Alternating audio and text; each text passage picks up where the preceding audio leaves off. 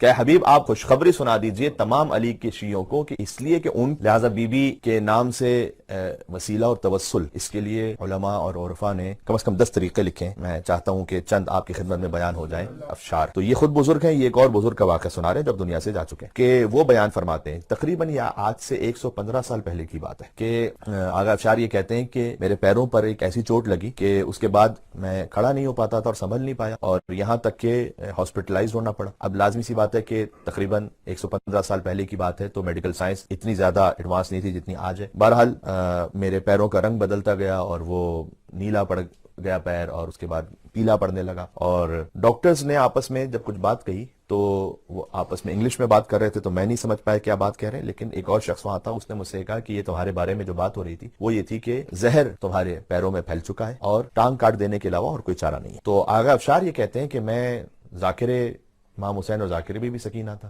تو اس وقت میں نے دل میں خیال آیا کہ امام حسین علیہ السلام سے توسل کروں، بلکہ اس سے بڑھ کر میں بی بی سکینہ سلام اللہ علیہ سے توسل کروں. اور اس کی وجہ یہ ہے کہ اگر آپ بڑوں سے کچھ کہیے اور وہ نہ بھی دے رہے ہوں تو بچے سے کہتے ہیں تو بچے اصرار کر لیتے ہیں. اس کے بعد مجھے کچھ نہیں معلوم، لیکن میں نے اتنا دیکھا اسی عالم غش اور عالم خواب میں کہ جو میں نے سوچا تو وہی ہوا کہ ایک بیٹی ہے کہ جو اپنے باپ کا ہاتھ پکڑ کے لا رہی اور یہ کہتی ہے کہ اے بابا اسے شفا عطا فرمائیے. کہتے ہیں بس میری آنکھ اس وقت کھلی کہ میں اپنے پیروں پر کھڑا ہوا تھا، وہ پیر جو کاٹ دیے جانے تھے میں اپنے پیروں پہ کھڑا ہوا رہا تھا اور کسی کو کچھ نہیں سمجھ میں آ رہا تھا کہ یہ کیا ہو رہا ہے، اور ڈاکٹرز اور نرسز اطراف میں میرے تعجب سے دیکھ رہی تھی کہ یہ کیا ہے، اور وہ بھی گریا کر رہی تھی کیونکہ وہ بھی شیعہ تھے سب، اور وہ دیکھ کر اس شدت سے گریا کر رہے تھے کہ ایک شخص مدہوشی کے عالم میں بی بی سکینہ سلام اللہ کا بسم اللہ الرحمن الرحیم لکھا یہ کہ عاتقہ کھڑی ہوئی دربار میں اور اس نے یہ کہا کہ ایتکن السکینہ بنت الحسین. عاتقہ بنت یزید کھڑی ہوئی، اس نے کہا کہ تم بیویوں میں سکینہ بنت الحسین کون ہے؟ بہت توجہ چاہتا ہوں آپ کی. تو اصولاً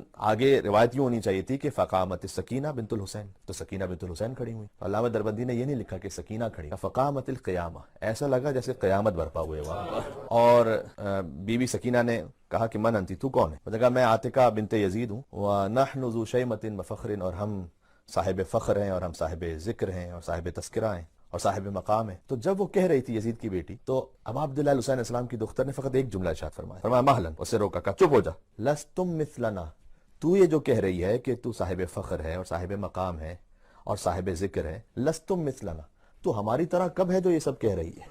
شہزادی سکینہ بنت الحسین سے 2 روایتیں ہیں کم از کم جو ہم تک پہنچی ہیں. ان میں سے پہلی روایت یہ ہے کہ بی بی نے بیان فرمایا کہ انہوں نے روایت کی ہے سکینہ بنت الحسین نے، یعنی ام کلثوم بنت علی بن ابی طالب سے، کہ بی بی ام کلثوم بنت علی بن ابی طالب نے روایت کی امام حسین علیہ السلام سے. تو اس روایت کی راویہ بی بی سکینہ ہے کہ حملت القرآن اور رفاء اہل الجنہ. بی بی سکینہ فرماتی ہیں کہ میرے بابا نے یہ حدیث ارشاد فرمائی کہ جو قرآن کو تحمل کرنے والے ہیں وہ اہل جنت کو پہچاننے والے ہیں. حملت القرآن اہل بیت اطہار علیہ السلام ہے، جو قرآن کو حمل کرتے ہیں وہ فقط اہل جنت نہیں ہے، وہ عرفاء اہل الجنہ، وہ اہل جنت کی شناخت رکھنے والے ہیں.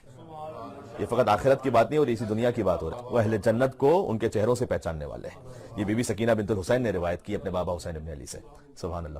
اور یہاں یہ بات بیان کرنا ضروری ہے کہ جیسے کہ مولا علی علیہ السلام، جیسے علی قسیم الجنت والنار، علی جنت جہنم کو تقسیم کرنے والے ہیں، تو اس روایت کے 2 مطلب ہیں. ایک تو یہ کہ خود مولا علی علیہ السلام تقسیم فرمائیں گے جنت و جہنم کو پل صراط پہ کھڑے ہو کر، اور دوسرا اس کا مطلب یہ ہے کہ خود محبت علی وہ ہے کہ جو جنت جہنم کو تقسیم کرتا ہے. تو بی بی سکینہ نے فرمایا کہ حملت القرآن اور رفاء اہل الجنہ، کہ جو قرآن کو تحمل کرنے والے، قرآن کو حمل کرنے والے ہیں وہ عرفاء اہل جنت ہیں، وہ اہل جنت کو پہچانتے ہیں. یہ ہے علی قسیم الجنت والنار، علی جنت جہنم تقسیم کرنے والے ہیں. اور دوسری روایت یہ ہے کہ بی بی سکینہ بنت الحسین نے روایت کی بی بی ام کلثوم بنت علی سے، انہوں نے روایت کی بی بی فاطمہ بنت رسول اللہ سے، یعنی حسین کی بیٹی نے علی کی بیٹی سے، علی کی بیٹی نے محمد کی بیٹی سے صلی اللہ علیہ وآلہ وسلم، کہ حضور کی بیٹی یعنی حضرت سیدہ فاطمہ سلام اللہ علیہ فرماتی ہیں کہ میرے بابا جب معراج پہ تشریف لے گئے، اللہم صلی علی محمد وعلی محمد، میرے بابا جب معراج پہ تشریف لے گئے تو انہوں نے ایک سفید در اور یاقوت کا بہت بڑا قصر دیکھا جس کے اوپر یہ لکھا ہوا تھا کہ لا الہ الا اللہ محمد رسول اللہ علی ولی القوم، کہ لا الہ الا اللہ محمد رسول اللہ، ترجمہ واضح، علی ولی القوم یعنی علی اس قوم کے مولا ہیں. یہ بی بی سکینہ بنت الحسین سے روایت ہے. اور جب حضور مکرم اس قصر میں داخل ہوئے تو فرماتے ہیں کہ میں نے اس قصر کے اندر داہنی طرف ایک اور قصر دیکھا جو سرخ عقیق کا بنا. اچھا اس قصر میں جو پہلے حضور نے مشاہدہ فرمایا اس میں لا الہ الا اللہ محمد رسول اللہ علی ولی القوم کے ساتھ ساتھ یہ لکھا ہوا تھا کہ بخن بخن لشیعت علی ابن ابی طالب، کہ مبارک ہو اور مبارک ہو علی ابن ابی طالب کے شیعوں. جب حضور اندر داخل ہوئے تو ایک اور قصر تھا سرخ عقیق کا، اس کے اوپر لکھا تھا لا الہ الا اللہ محمد رسول اللہ علی الوصی، علی وسیع رسول ہے، اور بشر لشیعت علی ابن ابی طالب لطیب الولادہ، کہ حبیب آپ خوشخبری سنا دیجئے تمام علی کے شیعوں کو کہ اس لیے کہ ان کی ولادت کو اللہ نے پاک رکھا ہے. اس روایت کی راویہ بی بی سکینہ بنت الحسین ہے، جس بی بی کے نام سے آج مجلس آزاد. لہذا بی بی کے نام سے وسیلہ اور توسل، اس کے لیے علماء اور عرفاء نے کم از کم 10 طریقے لکھے ہیں. میں چاہتا ہوں کہ چند آپ کی خدمت میں بیان ہو جائیں. کہ سب سے پہلے تو یہ کہ سورہ مریم کی تلاوت کیجیے اور بی بی رقیہ یا بی بی سکینہ بنت الحسین، جو اہل شام، اہل عراق، اہل ایران رقیہ کہتے ہیں، اور اہل ہند و پاکستان بی بی سکینہ کہتے ہیں. ہدیہ کیجیے سورہ مریم کی تلاوت کر کے بی بی سکینہ بنت الحسین کو اور دعا مانگ. دوسرا طریقہ ہے دعائے توسل پڑھیں بی بی سکینہ بنت الحسین کی نیابت میں اور دعا مانگیں. تیسرا طریقہ ہے حدیث قصہ پڑھیں اور ہدیہ کریں بی بی سکینہ بنت الحسین کو اور دعا مانگیں. چوتھا طریقہ ہے اما یجیب المضطر اذا دعاہ ویکشف السوء کو 21 مرتبہ پڑھیں اور بی بی سکینہ سلام اللہ علیہ کو ہدیہ کرتے ہوئے دعا مانگیں. پانچواں طریقہ ہے ایک استغاثہ. اس استغاثہ کے 7 جملے ہیں الگ الگ، میں اس میں 3 یا 4 آپ کی خدمت میں پیش کروں تاکہ وہ آسان جو جملے وہ آپ کو یاد رہ جائیں. یا غیاث المستغیثین کسے یاد نہیں؟ ہر دعائے کو میل پڑھنے والے کو یا غیاث المستغیثین یاد ہے، اور وہ دعا بھی سکینہ کے دادا کی سکھلائی ہوئی دعا ہے. یا غیاث المستغیثین، اے فریاد کرنے والوں کی فریاد سننے والے، اغثنی، تو میری فریاد کو سن لے، بے مقام السیدہ رقیہ ادرکنی. جو یا غیاث المستغیثین اغثنی یہ جملہ وہی ہے. بے مقام سیدہ رقیہ ادرکنی ایک مقام پر ہے، بے مصاب سیدہ رقیہ ادرکنی، بے نور سیدہ رقیہ ادرکنی، بے شفاعت سیدہ رقیہ ادرکنی. اے فریاد کرنے والوں کی فریاد سننے والے، تو میری فریاد سن لے، تجھے سیدہ سکینہ کے مقام کا واسطہ، تجھے سیدہ سکینہ کے مصائب کا واسطہ، تجھے سیدہ سکینہ کے نور کا واسطہ، تجھے سیدہ سکینہ کی شفاعت کا واسطہ، اور پھر آپ دعا مانگیں. تو یہ تمام استغاثوں کے طریقے ہیں بی بی سکینہ بنت الحسین سے، جو کہ آج بی بی کے نام کی منت کی مجلس ہے، لہذا میں چاہتا تھا کہ یہ موضوع آپ کی خدمت میں پیش ہو جائے. اور ایران کے ایک بہت بڑے عالم ہیں، بزرگ ہیں کافی، لیکن وہ عالم کے ساتھ ساتھ روزہ خان یعنی مصائب کا بیان کرنے والے بھی ہیں، جنہیں مداح کہتے ہیں ایران میں. تو امامہ نہیں پہنتے وہ، اور زیادہ تر اب وہ روزہ خان اور مداح کے نام سے زیادہ معروف ہیں، جن کا نام ہے حاج غلام رضا سازگار. انہوں نے یہ بات بیان فرمائی، وہ خود بھی بزرگ ہیں. وہ کہتے ہیں کہ ایک اور بزرگ مداحی کرنے والے تھے امام حسین علیہ السلام کی، جن کا نام تھا آغا افشار. تو یہ خود بزرگ ہیں، یہ ایک اور بزرگ کا واقعہ سنا رہے ہیں جب دنیا سے جا چکے ہیں، کہ وہ بیان فرماتے ہیں تقریباً یہ آج سے 115 سال پہلے کی بات ہے کہ آغا افشار یہ کہتے ہیں کہ میرے پیروں پر ایک ایسی چوٹ لگی کہ اس کے بعد میں کھڑا نہیں ہو پاتا تھا اور سنبھل نہیں پایا، اور یہاں تک کہ ہاسپٹلائز ہونا پڑا. اب لازمی سی بات ہے کہ تقریباً 115 سال پہلے کی بات ہے تو میڈیکل سائنس اتنی زیادہ ایڈوانس نہیں تھی جتنی آج ہے. بہرحال میرے پیروں کا رنگ بدلتا گیا اور وہ نیلا پڑ گیا پیر، اور اس کے بعد پیلا پڑنے لگا. اور ڈاکٹرز نے آپس میں جب کچھ بات کہی تو وہ آپس میں انگلش میں بات کر رہے تھے تو میں نہیں سمجھ پایا کیا بات کہہ رہے ہیں، لیکن ایک اور شخص وہاں تھا، اس نے مجھ سے کہا کہ یہ تمہارے بارے میں جو بات ہو رہی تھی وہ یہ تھی کہ زہر تمہارے پیروں میں پھیل چکا ہے اور ٹانگ کاٹ دینے کے علاوہ اور کوئی چارہ. تو آغا افشار یہ کہتے ہیں کہ میں ذاکر امام حسین اور ذاکر بی بی سکینہ، تو اس وقت میں نے دل میں خیال آیا کہ امام حسین علیہ السلام سے توسل کروں، بلکہ اس سے بڑھ کر میں بی بی سکینہ سلام اللہ علیہ سے توسل کروں. اور اس کی وجہ یہ ہے کہ اگر آپ بڑوں سے کچھ کہیے اور وہ نہ بھی دے رہے ہوں تو بچے سے کہتے ہیں تو بچے اصرار کر لیتے ہیں. تو میں حسین کے خانوادے کی ایک بچی سے درخواست کروں کہ وہ اپنے بابا سے اصرار کریں کہ مجھے شفا عطا ہو جائے. اور وہ کہتے ہیں کہ میں اس رقت میں تھا کہ میں نے آغا صامت بروجردی کے اشعار پڑھنا شروع کی. آغا صامت بروجردی کی قبر آج بھی بروجرد میں ہے، صامتیہ ایک پارک ہے، اس کے اندر ان کی قبر موجود ہے، اور وہ بہت بڑے شاعر گزرے ایران میں جو مرثیہ گوئی کرتے تھے. تو انہوں نے تقریباً 30 بند سے زیادہ کا ایک مرثیہ کہا ہے بی بی رقیہ بنت الحسین کے لیے، اور وہ میں نے اشعار دہرانا شروع کیے. اور وہ اس میں سے میں چند مصرے آپ کو سناتا ہوں، اور بڑے منفرد ہیں وہ. کہ بود در شہر شام از حسین دختری، شہر شام میں ایک حسین کی بیٹی تھی، آسی فطرتی فاطمہ منظری، کہ وہ فطرت میں آسیہ تھی، دیکھنے میں فاطمہ تھی، تالیہ مریمی، جو مریم جیسی باوقار تھی، ثانی حاجری، اور حاجرہ کی دوسری تھی، عفت کردگار و عصمت اکبری، جو عفت کردگار بھی تھی اور ایک عصمت اکبری، عصمت کبریٰ پر فائز تھی۔ اس کا ایک مصرع آگے یوں ہے کہ او در 6 سال چہل سال عقل 40 سال داشت، کہ وہ تھیں تو 3 سال کی لیکن 40 برس کے سن کی عقل رکھتی تھیں۔ یہ 40 کا لفظ کیوں استعمال کیا انہوں نے مصرع میں؟ اس کی وجہ ہے اس لیے کہ جب حضرت حجت ظہور فرمائیں گے نا وہ 40 سال کے نظر آ رہے ہوں گے، یعنی کامل عقل رکھتی تھی، 6 سال میں کامل عقل رکھتی تھی وہ بی بی۔ تو کہہ رہے ہیں کہ میں ان اشعار کو دہرا رہا تھا اور مجھ پر اتنی زیادہ رقت طاری ہوئی کہ مجھ پہ غش آ گیا مجھے۔ اس کے بعد مجھے کچھ نہیں معلوم، لیکن میں نے اتنا دیکھا اسی عالم غش میں اور عالم خواب میں کہ جو میں نے سوچا تھا وہی ہوا، کہ ایک بیٹی ہے کہ جو اپنے باپ کا ہاتھ پکڑ کے لا رہی ہے اور یہ کہتی ہے کہ یہ میرے اشعار دہرانے والا ہے اور میرے نام کا ذاکر ہے، اے بابا اسے شفا عطا فرمائیے۔ کہتے ہیں بس میری آنکھ اس وقت کھلی کہ میں اپنے پیروں پر کھڑا ہوا تھا، وہ پیر جو کاٹ دیے جانے تھے، میں اپنے پیروں پہ کھڑا ہوا تھا اور مدہوش تھا اور انہیں اشعار کو دہرا رہا تھا، اور کسی کو کچھ نہیں سمجھ میں آ رہا تھا کہ یہ کیا ہو رہا ہے، اور ڈاکٹرز اور نرسز اطراف میں میرے تعجب سے دیکھ رہی تھی کہ یہ کیا ہے، اور وہ بھی گریا کر رہی تھی کیونکہ وہ بھی شیعہ تھے سب، اور وہ دیکھ کر اس شدت سے گریا کر رہے تھے کہ ایک شخص مدہوشی کے عالم میں بی بی سکینہ سلام اللہ کا ذکر کیے جا رہا ہے اور اشعار کو دہراتا جا رہا ہے، سبحان اللہ۔ تو کہتا ہے کہ میں نے یہ عمل ہاسپٹل میں اور مریضوں کو بتلایا اور میں ہاسپٹل سے چلا گیا۔ 1 ہفتے بعد جب دوبارہ ہاسپٹل میں آیا تو کوئی ایک مریض بھی ایسا نہیں تھا جسے اس ذکر سے شفا نہ ملی۔ یہ ذکر شہزادی سکینہ سلام اللہ۔ بی بی کے توسلات میں سے ایک توسل یہ بھی ہے کہ بی بی کے نام سے سفرہ برپا کیا، جس کا اہتمام آج ہے یہاں پر، جو سفرہ شہزادی سکینہ سلام اللہ علیہا، یہ خاص توسل کا انداز ہے بی بی سکینہ سلام اللہ علیہا سے۔ اہل شام رقیہ بنت الحسین کہتے ہیں، ہم سکینہ بنت الحسین کہتے ہیں۔ اس کی وجہ بھی یہ ہے کہ ایک واقعہ ایسا پیش آیا آج سے تقریباً 210 سال پہلے کہ شہزادی سکینہ کی قبر کو کھولنا پڑا، اور وہ واقعہ اس طرح سے جب بی بی کی شہادت ہوئی تھی نا زندان شام میں، تو کسی کو زندان میں آنے کی اجازت تھوڑی تھی۔ سن 61 ہجری میں واقع کربلا ہے، 132 ہجری تک بنی امیہ کی حکومت رہی ہے، تو 132 ہجری تک تو وہاں زندان میں کسی کو آنے کی اجازت بھی نہیں تھی کہ پتہ چلے کہ قبر کہاں پر ہے اور کون سی قبر ہے۔ تو یہ تو فقط مولا سید سجاد نے اپنی خواہر کو دفن کر دیا زندان شام میں۔ جب بنی امیہ کی حکومت ختم ہوئی نا تو لوگ آہستہ آہستہ آئے وہاں اور انہوں نے دیکھا کہ قبر ہے۔ اب یہ قبر کون سی ہوگی؟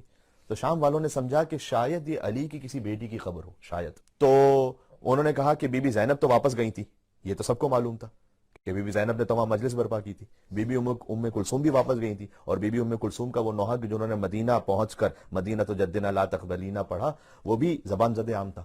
تو یہ تو نہ بی بی زینب ہے نہ بی بی ام کلثوم ہے۔ تو انہوں نے سوچا کہ ایک بیٹی تھی علی کی جن کا نام تھا رقیہ، حضرت مسلم ابن عقیل کی زوجہ، تو شاید یہ وہ ہوں گی۔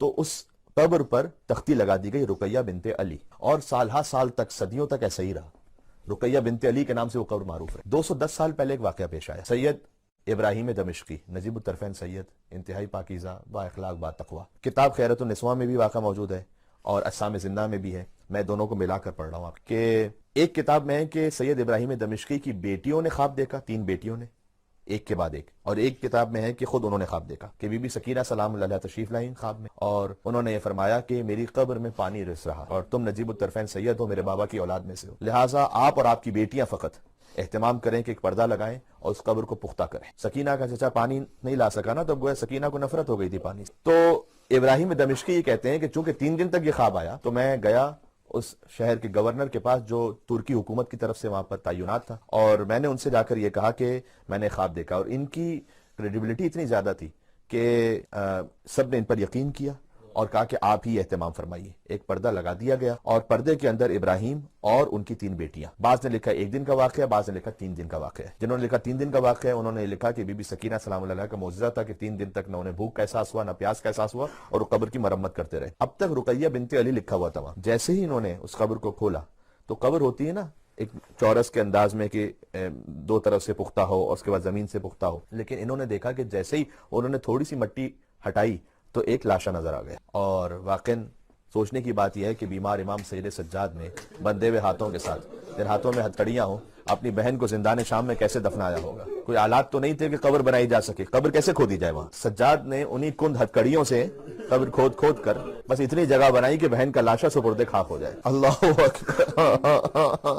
ذکر سکینہ سلام اللہ علیہ کی مجلس قبولیت حاجات کے لیے جہاں جہاں تک آواز جا رہی ہے، اور جو مومنین اسے سماعت فرمائیں، وہ سب ہماری دعاؤں میں شامل ہیں. اور آپ تمام کی دعاؤں کی نیت سے اور حاجات کی نیت سے میں اس ذکر کو پڑھ رہا ہوں جہاں تک آواز جا رہی ہے. جو مومنین یہاں موجود ہیں وہ بھی، اور جو اسے بعد میں سنیں گے، اور جہاں جہاں تک آواز مومنین کی جا رہی ہے. یا اللہ. کہتے ہیں کہ جیسے ہی ہم نے اس تھوڑی سی مٹی ہٹائی تو ہمیں ایک لاشا نظر آیا، اور ایک چھوٹا سا لاشا تھا 4 سال کی بچی. تو ہمیں اتنا سمجھ میں آ گیا، سید ابراہیم دمشقی کہتے ہیں کہ یہ علی کی بیٹی تو نہیں ہو سکتی جو 4 سال کی ہو، تو یقیناً یہ حسین کی بیٹی. تو دوستو 10 سال پہلے پتا چلا کہ حسین کی ایک بیٹی زندان شام میں مر گئی تھی، اور وہ قبر وہاں حسین کی بیٹی کی بنی تھی. یا اللہ. تو وہاں رقیہ بنت علی کو ختم کر کے رقیہ بنت حسین لکھ دیا گیا، اس لیے وہ نام رقیہ اب تک وہاں لکھا ہوا ہے. بی بی رقیہ کے حرم میں وہ رقیہ بنت حسین اس لیے لکھا ہوا ہے. اور رقیہ کا مطلب ہے رونے والی، گریا کرنے والی. تو شام کی عورتوں کو معلوم تو نہیں تھا کہ اس بیوی کا نام کیا ہے، بس کہتے تھے کہ رونے والی مر گئی ہے، جو باپ پر روتی تھی وہ مر گئی ہے. سکینہ بھی بیوی کا لقب ہی ہے، نام تو فاطمہ ہے. مولا حسین نے فرمایا تھا کہ اللہ مجھے 100 بیٹیاں عطا کرتا، میں سب کا نام اپنی ماں کے نام پر فاطمہ رکھتا. سکینہ یعنی باپ کے دل کا سکون، رقیہ یعنی باپ پر رونے والی. اب سید ابراہیم دمشقی کہتے ہیں کہ میری 3 بیٹیوں نے وہ جنازہ نکالا، اور میں نے قبر کو پکا کرنا شروع کیا. تو میری بیٹیاں ہر کچھ دیر بعد چیخ مار کر روتی تھی.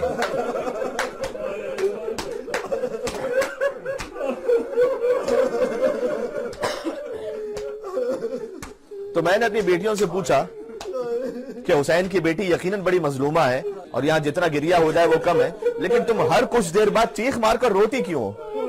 تو انہوں نے کہا کہ بابا جب ہر کچھ دیر بعد ہماری نگاہ رخساروں پر، اس لیے دیکھیں اللہ نہ کرے کسی بچے کے ساتھ ایک مرتبہ بھی وہ واقعہ پیش آئے جو سکینہ کے ساتھ اللہ جانے کتنی مرتبہ پیش آیا. اگر تماچا لگ بھی جائے کسی بچے کو تو یقیناً نشان ہوگا، نیل پڑ جائے گا، کیونکہ بچہ بڑا معصوم ہوتا ہے. 3 سال کے 4 سال کے بچے بڑے معصوم ہوتے ہیں، ہو سکتا ہے نشان ہو جائے، لیکن کچھ دنوں بعد، 1 ہفتے بعد، 10 دن بعد وہ نشان ٹھیک ہو جائے گا. نشان کب ہمیشہ کے لیے باقی رہ جائے گا؟ جب اس ایک تماچے کے اوپر دوسرا تماچا لگ جائے، اور اسی نشان کے اوپر اگر تیسرا تماچا لگ جائے. تو میں مصائب کا جملہ کہتا ہوں، اللہ جانے حسین کو تیر زیادہ لگے تھے یا سکینہ کو تماچے زیادہ لگے. اللہ اکبر. جب شہزادی سکینہ کی شہادت ہوئی تو یزید بڑی لاپرواہی سے کہتا تھا لقد ماتت بنتم من بنات الحسین، حسین کی بیٹیوں میں سے ایک بیٹی مر گئی. شہزادی سکینہ کا سفر آپ جانتے ہیں، میں نے ابھی مولا علی علیہ السلام کا ذکر کیا تھا. سکینہ پوتی ہیں حیدر کرار شیر خدا کی. تو جب شام غریبہ تماچے لگ رہے تھے اور دامن میں آگ بھی لگی ہوئی تھی، تو حمید ابن مسلم عیسائی ہے، اس نے آ کر یہ کہا کہ میں نے چاہا کہ ایک بچی کے دامن سے آگ بجھاؤں. تو بچی فوراً پیچھے ہٹ گئی اور کہتی ہے میں آل محمد سے تعلق رکھتی ہوں، کوئی نامحرم میرے جسم کو ہاتھ نہیں لگا سکتا. تو حمید ابن مسلم کہتا ہے کہ میں نے کہا بی بی فقط میں دامن پکڑ کر آنکھ بجھاؤں گا، آنکھ بجھ جائے آپ. اللہ جانے سکینہ نے بھی اس کو کس مجبوری کے عالم میں اجازت دی ہو کہ دامن پکڑ، ورنہ تو سکینہ کا جنازہ ہی چل جاتا. کہتے جیسے میں نے آنکھ بجھائی تو سکینہ نے یہ کہا، نقل بالمعنی کرو اگر روایت کو، کہ تو کچھ رحم دل معلوم ہوتا ہے، اب تک تو جو بھی آیا تھا تماچے مارنے والا آیا، کوڑے لگانے والا آیا، ایک مہربانی مجھ پر کر دے کہ مجھے نجف کا پتہ بتا. کیونکہ وہ عیسائی ہے، جانتا نہیں ہے. اس نے پوچھا نجف جا کر بی بی کیا کرو گی؟ کہا تجھے معلوم نہیں ہے نجف میں میرا دادا کائنات کا مشکل کشا حیدر کرار علی ابن ابی طالب میرے دادا رہتے ہیں. میں نجف جا کے کہوں گی دادا آپ تو کوفہ میں ہر یتیم کی مشکل کشائی فرماتے. کوفہ کے یتیم بچے فخر سے کہتے تھے میں یتیم نہ کہوں، میں پالنے والا علی ابن ابی طالب. اسی علی نے، جس علی نے تمام یتیموں کو کوفہ کے پالا تھا، اسی علی کی پوتی جب یتیمہ بن کر خود کوفہ آئی. جو توسل میں نے عرض کیا نا شہزادی سکینہ کے نام پر، اس میں توسل ایک یہ بھی ہے کہ 100 مرتبہ اس طرح درود بھیجیں بی بی پر، ایسے سلام کریں کہ السلام علیکی یا رقیۃ الیتیمہ، اے وہ رقیہ کے جو یتیمہ ہے اس پر ہمارا سلام. ایک روایت ہے بہار الانوار میں، اور وہ یہ ہے کہ بی بی یہ فرماتی ہیں کہ جب میں مقتل کی جانب دوڑ رہی تھی اپنے آپ کو شمر کے تماچوں سے بچانے کے لیے، تو کسی شقی نے پشت سے ایک نیزہ مارا کہ میں منہ کے بل زمین پر گر پڑی. یا اللہ. وَأَخَذَ بِخُرْتَيْ، اور وہ میری دونوں بالیاں چھین کر لے گیا. تَسِيلُ الدَّمْ عَلَى خَدِّي، اور دونوں رخساروں پر میرے خون بہنا شروع ہو گیا. کون سا سکینہ کا چہرے کا حصہ ہے کہ جو زخمی نہیں ہے عزیزوں؟ کون سا بدن کا حصہ؟ لہٰذا اس کے بعد بیوی کہتی ہیں کہ مجھ پر غشی طاری ہو گئی.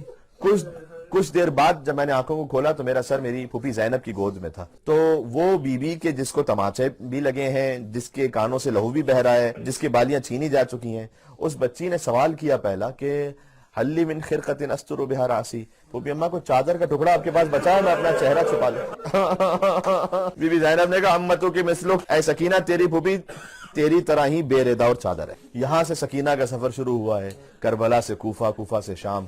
آپ جانتے ہیں کہ خاتون نے دیکھا کہ ایک دور سے بچی نظر آ رہی جس کے چہرے پر تماچوں کے نشان ہیں, اور وہ پیاسی بھی بڑی ہے, تو فوراً کوزے آپ بھر کر لائی. چھوٹے چھوٹے سے گھروں کی چھتیں ہوتی تھی اس زمانے میں نا, تو اگر آپ اوپر سے اگر کسی کو دیکھ رہے ہیں اور سپاہیوں کی نگاہیں کچھ ادھر ادھر ہیں تو فوراً سے لا کے پانی پیش کر دوں میں. تو فوراً پانی پیش کیا, تو پانی دیتے ہوئے وہ کہتی ہے, میری زبان سے جملہ نکل گیا کہ تم مظلوم ہو اور اللہ مظلوموں کی دعا قبول کرتا ہے, لہذا میرے لیے کچھ دعائیں ہیں وہ کر لینا. یہ حاجات کی برابری کے لیے مجلس اعزا ہے نا, ذرا سنیے گا مشکل کشائی کا ادب کیسے سکھلایا ہے سکینہ نے.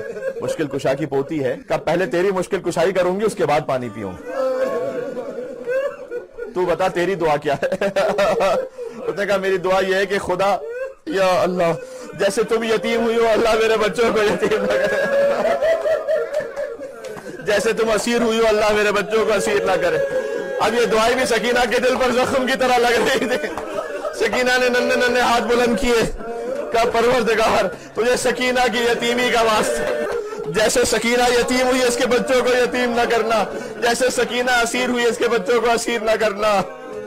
اچھا دوسری دعا کیا ہے؟ کہ دوسری دعا یہ کہ خدا ایک بار مجھے مدینہ کی زیارت نصیب فرما. بی بی زینب سلام اللہ علیہا نے سنا یہ جملہ, دشمنوں کے شہر میں اپنے شہر کا نام سنا, کہ بی بی تم مدینہ جا کر کیا کرو گی؟ کہ آپ کو خبر نہیں ہے مدینہ میں میرا آقا حسین رہتا ہے, اور مدینہ میں حسین کی بہن زینب بھی رہتی ہے. میں اپنی شہزادی کی خدمت میں جاؤں گی, پہلے تو بہت جایا کرتی تھی, اب چونکہ بوڑھی ہو چکی ہیں تو بہت عرصے سے نہیں جا پائی, تو میں جاؤں گی اپنی بیوی کی خدمت میں. تو بیوی نے یہ کہا کہ کیا تو اپنے شہزادی کو دیکھے گی تو پہچان بھی سکتی ہے؟